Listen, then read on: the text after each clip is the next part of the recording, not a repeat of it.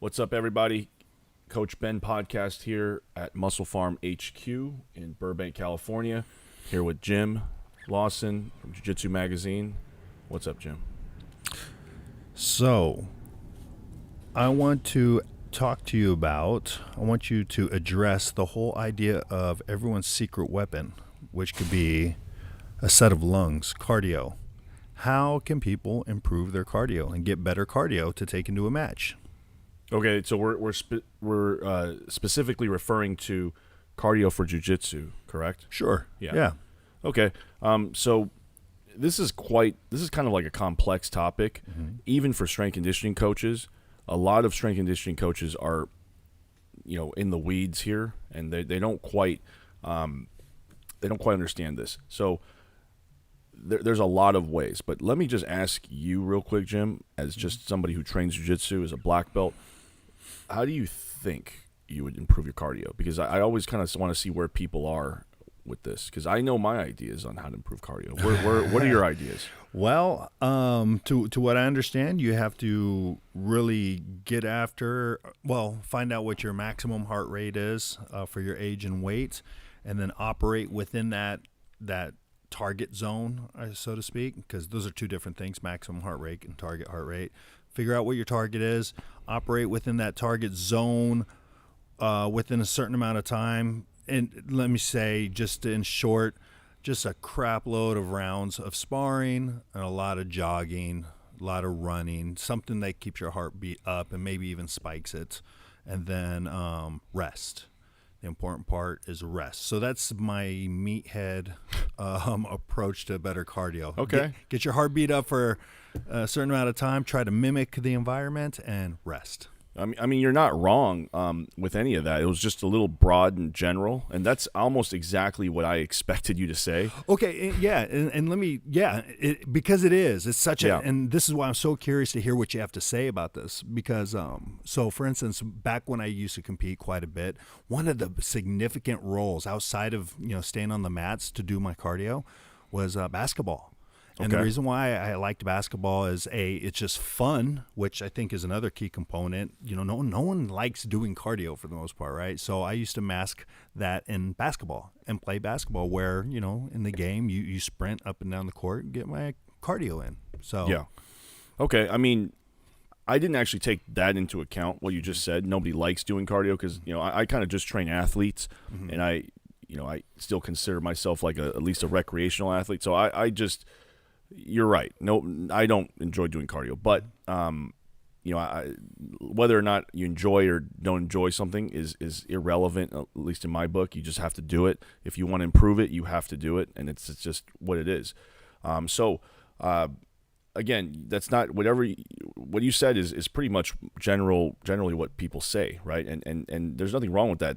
The only thing is that it's not broken down into a practical or even a scientific way of thinking. Okay, so I try to funnel everything down to its kind of first principles or its basic foundations, and then work from there, right? So if you think about cardio, what is it? It's energy systems training. It's basically aerobic and anaerobic. Those are really the two systems that we're talking about. You're either aerobic, where you're functioning with oxygen, or you're anaerobic, it's without oxygen from the cells. So if everybody just understood that aerobic training is basically anything over a minute becomes aerobic training, and anything under a minute is anaerobic training, that at least sets the foundation for how you program your conditioning or your cardio workouts. So we can just start with your aerobic system, right? So your aerobic system is anything over a minute, right? So a lot of people think that by doing a lot of rolling that you're going to be taxing your aerobic system, but that's not generally the case. Sometimes your heart rate is much higher. It spikes much higher during rolling, and then you take 2 minutes off, or some people take a whole round off.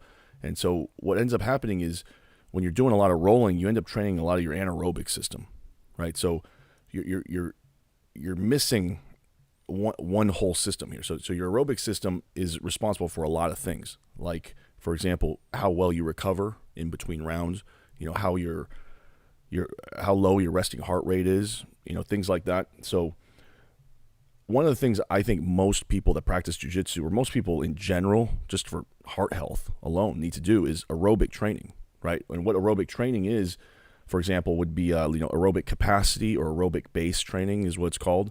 It's like 30 to 60 minutes of light jogging, for example, or I like to use the air bike. I like to also do swimming. I can't really swim that long. I keep it to like 30 minutes, but it's basically called low intensity steady state training. Okay, this is LISS, that's the acronym for it. And that's really just what people think of when they think, boring stuff, road work. Boxers have been doing this for, many, many, many years. So that's kind of the foundation, right? Most people that have cardio problems, they didn't even build up their aerobic base yet. So right away, if you're having problems recovering in between rounds, especially if you're a beginner and you really haven't trained that long, take this time now to build up your aerobic base. Do the road work. Get on a stationary bike and ride for about 30-60 minutes. Keep your heart rate under about 160. Keep it under. Yeah, you must right? keep it under to work your aerobic system. So you mentioned like max heart rate and things like that.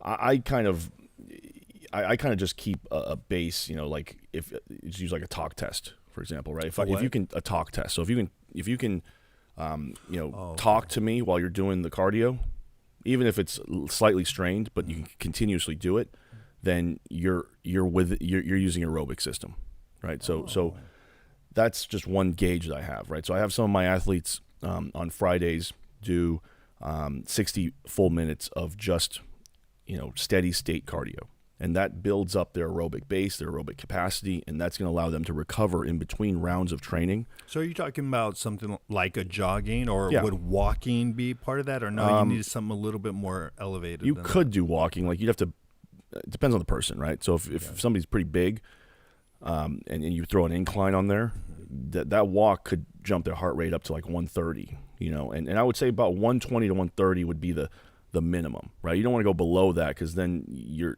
not really quite training the aerobic system. You're not taxing the aerobic system to what you need to tax it to, right? So like 120, 130 to 150, 160 is the range that I generally give to my athletes. For about an hour, you said, or 30 minutes to it's got to be at least 30 minutes. At least 30. Yeah. Okay.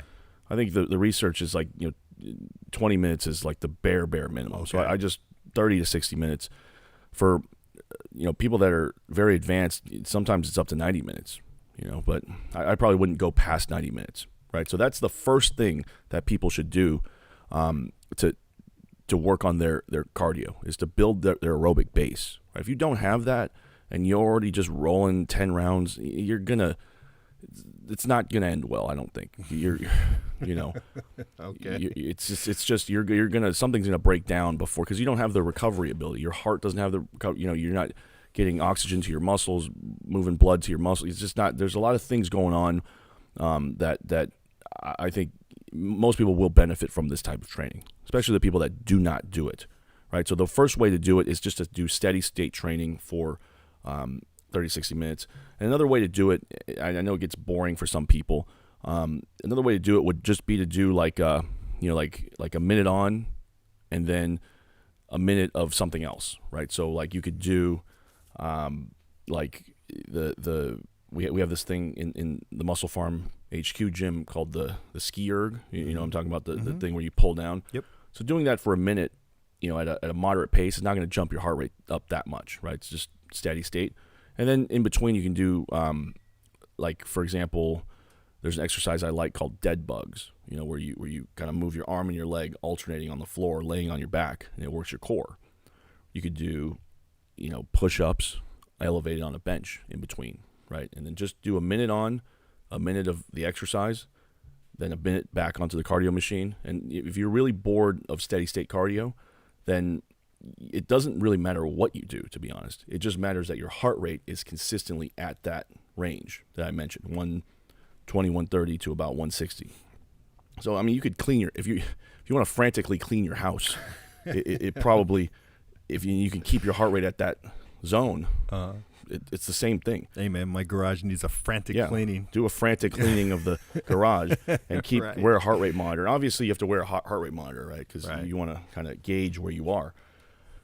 So that's it. That's building your aerobic system. That's your aerobic base. This is very hard to build when you're constantly going anaerobic, when you're constantly doing hard, intense rolls. I remember when we used to train, it was just hard rolls. I really never built my aerobic system when we used to train 10 years ago. It was just go in hard rolls, and then we'd have to sit out maybe once in a while when we get tired, and then we'd hard rolls again. There was no like flow rolling really. So if you can, right, then you could flow roll, but you have to again keep your heart rate within that zone, right? And one of the other things I like to do is to work on solo movements. Like the foundation of all jiu-jitsu movements are from solo movements, right? So a bridge, for example, a shrimp, a hip heist, something like that. John Danaher calls it shadow grappling. So a lot of things that you can do on your own, inversions, shots. You can just keep your heart rate at a certain pace and move around at a moderate pace. Your heart rate should be below that 160, and that will be the same thing. That's also working your aerobic system, right? So again, we'll just wrap the aerobic system with that. This is not related to jiu-jitsu necessarily. This is just training your aerobic system, period. And then it transfers to all sports. It could be basketball. It could be weightlifting. Even if you just don't do jiu-jitsu and you just lift weights, if you want to improve your recovery in between sets, improve your aerobic capacity, and you will improve your recovery, because that's when your aerobic system is functioning, is when it's kind of doing its thing. It's in between sets, in between rounds, in between spurts of high intensity exercise, right? Okay. So if you roll 5 minutes and then you take 2 minutes off, if you roll hard 5 minutes, you take 2 minutes off, that 2 minutes is where your aerobic system is putting its work. It's helping you recover, right? So if you that's the only way you're training your aerobic system is rest periods. It's not enough. It's not enough.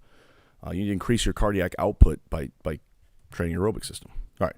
So that's pretty much the two ways that I like to train the aerobic system. Well, there's another actually, which is called aerobic power. So aerobic base or aerobic capacity is training at a lower intensity and doing it in a steady fashion, like continuously going. Now, aerobic power is more of staying at the higher limits of your aerobic system. So you're still using your aerobic system, so keeping it's different for everybody, but for the most part, keeping your heart rate under about 170, keeping it under 170, but like just being at the edge of that, very close, like 165, right? Doing like one of my favorite ways to train aerobic power is to use the air bike, is to do the air bike for, say, 2 minutes. Then we recover for 2 minutes, just kind of walking around, and then we do another 2 minutes of getting your heart rate up to like 165. And this is much harder than it sounds. I mean, it's not like very hard. It's not like sprinting, but doing this for 8 rounds, for example, 2 minutes on, 2 minutes off for 8 rounds, it'll teach you how to use your aerobic system when you are training jiu-jitsu. So you don't want to always use your anaerobic system because you can't sustain that for a long period of time. If you can stay aerobic using that system as opposed to the anaerobic system, you will be more efficient in your usage of your energy systems. Right, so those three things are how to train the aerobic system. I would stick to numbers 1 and 2 for the most part. And then when you get to a more advanced level, usually for my athletes, I have them train aerobic power, because there are times where they need to use their aerobic system as efficiently as they can, right? So once that's aerobic system has kind of been trained, then you can start moving on to your anaerobic system. And most people are already training their anaerobic system quite well. Like if you're rolling jiu-jitsu, you're constantly training your anaerobic system. There's certain ways to do it that will make it, it'll still improve your cardio. So here's an example, right?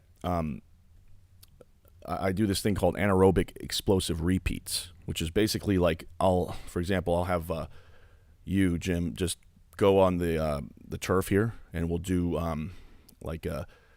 4 very explosive jumps, like as hard as you can do them, Okay. right? And then we'll rest like 20 seconds.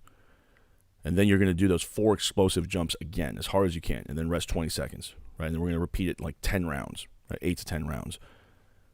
Over time, the idea here is that your first jumps are going to be very explosive, and I want you to maintain that power output through to the 10th set, 10th round, right? Most people can't do this. Mm-hmm. By the 7th, 8th, 9th, 10th set, they're extremely weak at this point. They're not generating the same amount of power, right? So training explosive repeats is another way to train your anaerobic system. You think about this in grappling, right? If we get into a scramble and I come out on top, but you didn't use any energy, then we get into another scramble. You didn't use any energy. I've used a lot of energy.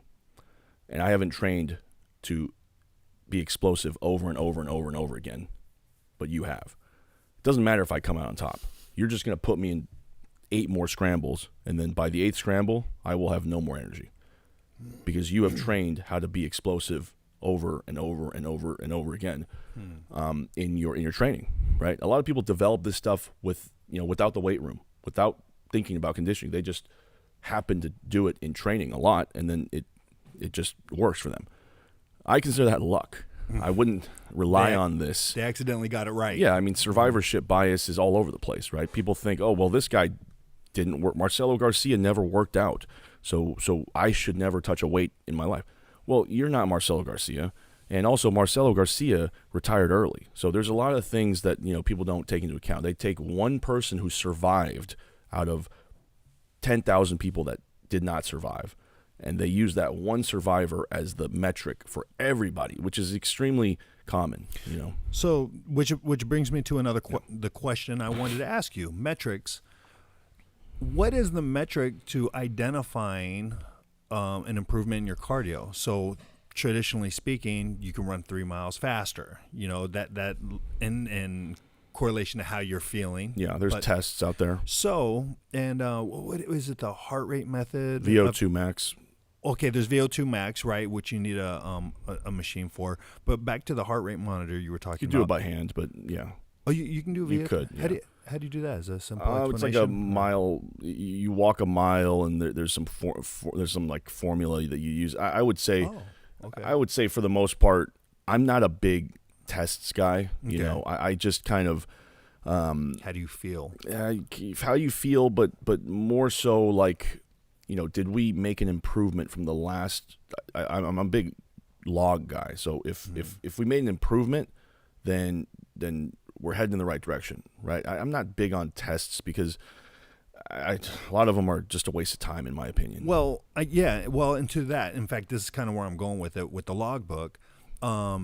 What is it where the first thing you do when you wake up in the morning, you take your pulse, and then that kind of is supposed to be some sort of indicator on whether your body is overtrained or you're right in your zone? Yeah, you're talking about heart rate variability.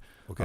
I'm not going to get into heart rate variability just because I'm not expert on it. Okay. And there's some conflicting research on it.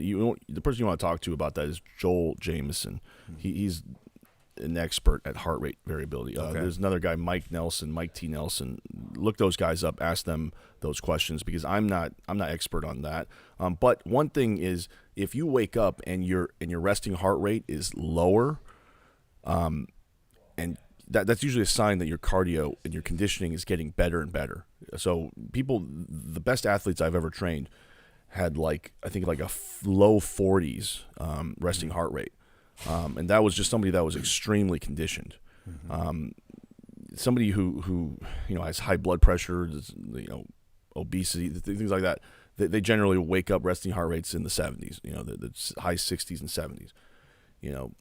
So yeah, that's one thing you can measure is waking up and getting your resting heart rate. That's one thing you could measure. But again, I just really am more of a just keep a log book on what your how you're feeling in training, you're usually able to go 3 rounds and not gas, and now you're able to go 5 rounds. Okay, so we're heading in the right direction.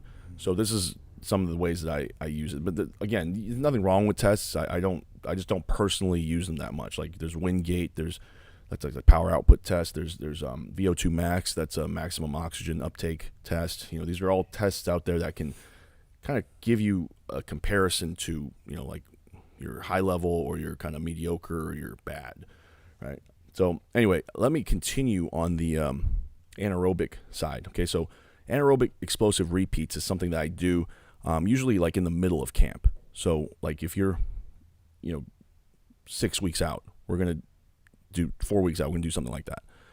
Towards the end of camp, like right when you're about to compete, I work with a lot of fighters. We usually want to work on maximal output, so anaerobic power output. Getting on that a bike, right, and going for like 30 seconds, and being able to generate the same amount of power for 30 seconds, over and over and over and again. Okay, sometimes it's 45 seconds. Sometimes it's closer to a minute, right? It just depends on, it depends on a lot of factors. The style of the fighter. How do you, what their game plan is. There's a lot of things here, but point is, towards the end of your training cycle and when you're going to compete, you want to work on anaerobic power, which is maximal output of the anaerobic system, right? So sprinting as hard as you can for 200 yards, 200 meters, something like that, 200 meters. And what it is just why is because when you're in the fight or you're in the competition, you want to make sure that you have those higher gears, and you want to make sure that you're not leaving anything behind, right? You want to make sure you can get that fight-ending combination. You want to make sure you can get that scramble that leads to the back, that leads to the end of the fight with the rear naked choke, right? Those are things that, because the intensity of competition is much higher than training, it's you have to train these things in the weight room or in the gym or when you're doing your conditioning, even your jiu-jitsu, right? When do people start their harder rolls? When it's closer to competition, right? That's generally what I see people doing who are doing it correct, right? You want your harder sparring sessions towards the end of camp, not at the beginning of camp. You're still kind of getting into the flow. Towards the end of camp, now this is where your hard sparring starts. For fighters, generally they stop like a week, 2 weeks, before the fight.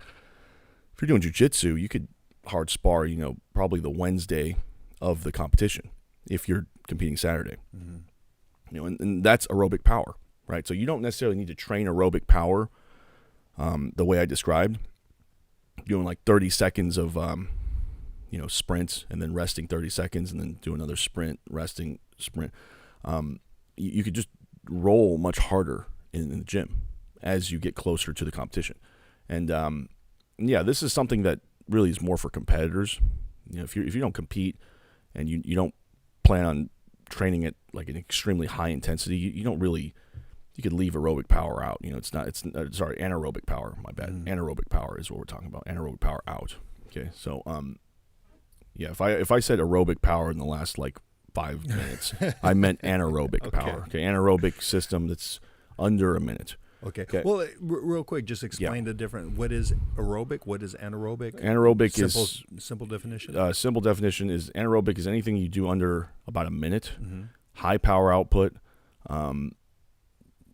requires the glycolytic system. There's the ATP PC system. This is what carbohydrates and glycogen, glucose feeds is the high intensity energy system. So like a fight ending combination. Like if I'm gonna hit you with like a 3-piece and a soda, right? That's anaerobic. But if I were to run around the cage, Nick Diaz you, and just that's aerobic. That's a great example. Yoel Romero, not counting his last fight, is anaerobic, dude. Gotcha. He does not like pick at you. He explodes and you're dead. Nick Diaz is the opposite. Or Nate Diaz, both the same. They pick at you and they never really turn it on, and they just pick at you till you crumble. You fold, yeah. Yeah. So all right. So those are the ways to train cardio with like just your energy systems, like things that you can proactively do, right? These are other things we're going to just very briefly touch on them. Improve your technique. If your technique is better, you don't have to do as much, right? If I can escape your side control, side mount with two movements, right, then I'm not going to need cardio, versus if I could, if I had to use 10 movements, right? If I had to use 10 movements and some of them are not legitimate techniques that I just made up on the spot, it's just, there's just common sense, right? So as you become more efficient, your cardio will naturally get better. Your cardio will not naturally get better. Your efficiency will get better, and you will not tax your cardiovascular system as much. That makes sense. So that's a different thing, but you could do both at the same time. As you're improving your technique, you're also working on your cardiovascular system, so you can improve both, right? But definitely improving your technique is a big part of a lot of people's gassing out problems. Mm-hmm. If you have me in the mount and I have no idea how to properly do a bridge and shrimp or a power shrimp or a bridge and roll or anything, and I just keep flailing around for a minute, it doesn't matter how good my cardio is, right? Yeah. I'm doing something inefficient. It's not going to work. Yeah, efficiency of energy. Yeah. Breathing. Breathing's another one, right? Work on breathing. How many people actually work on breathing exercises, right? Very few. I try to do breathing exercises while I'm training, actually. I try to actively breathe in, breathe out. Make sure you breathe all your air out. That's a common mistake with people that think they have cardio issues, but really it's just they don't breathe all their air out, so they're kind of always kind of like chest breathing and just hyperventilating. There's a time and a place to hyperventilate. When you're in a big scramble, you don't have time to deep breath, and you have to hyperventilate, and then you get into that scramble. But yeah, I mean, I shouldn't really talk about breathing exercise because I'm the worst at those. Meditation and breathing, I'm like, yeah, there's there are people out there like Dr. Belinda Vranich, I believe that's her first name, Blissa Vranich, that she writes books and tours about how most people don't breathe properly, like their breathing technique, and you kind of touched upon it. They do a lot of chest breathing as opposed to from diaphragm and so on and so forth. Yeah, the Wim Hof, there's a lot of different methods that I think people could incorporate, and just generally meditation while focusing on your breath would probably help too. So that's pretty much it. Hopefully I covered the science and some methods okay there. But improving your cardio, really, when you think cardio, it's just your aerobic and your anaerobic system. Mm-hmm. There's really only two. Yeah, it's a multifaceted beast, as you touched upon, because even improving your technique is a deposit towards the account of a cardio. Yeah, it can only take you so far, right? If you improve your technique, I think it's like it's something that directly affects your cardio, but it does not directly affect the physiology of your cardio. Does that make sense? Sure. Like you're not changing you're not making cellular changes to your system, your cardiovascular system, but you are making it so it doesn't have to work as hard. So that's still the same. All right. Well, thank you very much, Coach. Once again, another informal episode here, learning about the cardio system. Hopefully this helps you, the masses out there. Right? You mean informational? What did I say? Informal. Oh, yeah. No. Informational. Wearing T-shirts, so right. A little informal. Informal, informational. Informational, yeah. Informal, informational. Thanks, Coach. Appreciate it. You can keep in touch with him on his Instagram, @CoachBZ. So, and me. One last thing, Jim. What's up? I released my weight cutting program to fightcampconditioning.com. So just go to fightcampconditioning.com. Me and Corey Beasley did that, and it took me 3 years. So that's pretty much all my weight cutting knowledge in one info product. I think it's like $49 or something. So again, if you can't afford it, shoot me a message. I'll give you all the info anyway. So if you can, $49, there it is. Also informational. All right, Coach. Thanks. Appreciate it. Thanks, Jim.